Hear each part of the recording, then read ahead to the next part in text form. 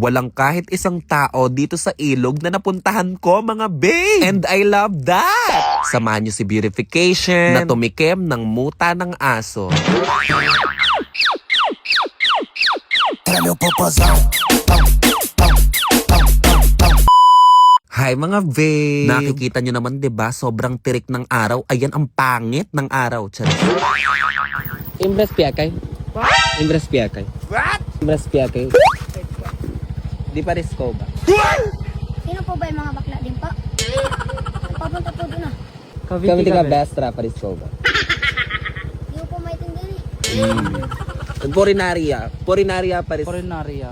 Foreigner. Imbres setting.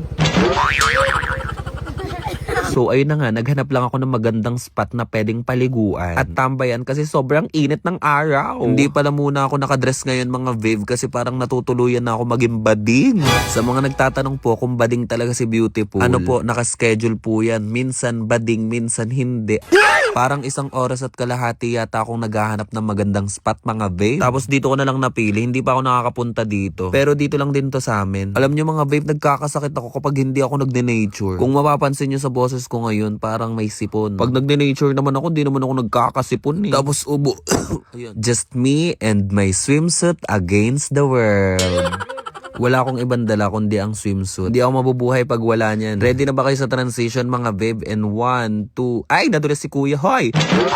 Okay, magta-transition na si Beautiful. Ready na kayo? The number you have dialed doesn't give a fuck. Masusunugan ng bahay ang lahat ng magsasabing edited yung katawan ko. Sige. Ganyan lang talaga ako kanipis sa personal. Naabutan ko din pala dito yung mga baklang walang sustansya sa katawan. Ito pala yung mga sinasabi ng mga bata kanina. Pero seryoso mga babe, nung nakaraan puro ako nature, puro ako gala. Pero di naman ako nagkakasakit. Tapos nung nag-stop ako sa bahay, bigla na lang nagkasipon, nagkaubo. Era meu popozão. Sobrang love na love ko na mag-nature mga ve. Kaya kayo kung meron kayong nature trip, pwede bang pasama ako kahit hindi ko kayo kakilala? Mag-aambag naman ako kahit wag na lang tayo mag-imikan, wag na lang tayo mag-usap. Basta isama nyo lang ako sa nature trip nyo.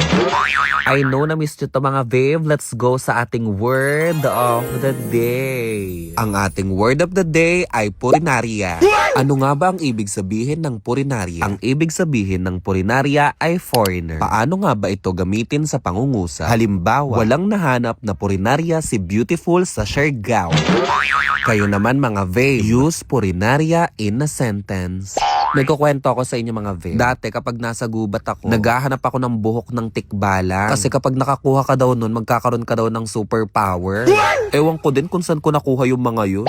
Eto pa, napanood ko yata dati na kapag tumikim ka ng muta ng aso, magkaka-powers ka. Sa sobrang desperada ni Beautiful magkaroon ng superpower dati, tumikim ako ng muta ng aso. Don't judge me mga babe, gusto ko lang talaga magka-powers dati.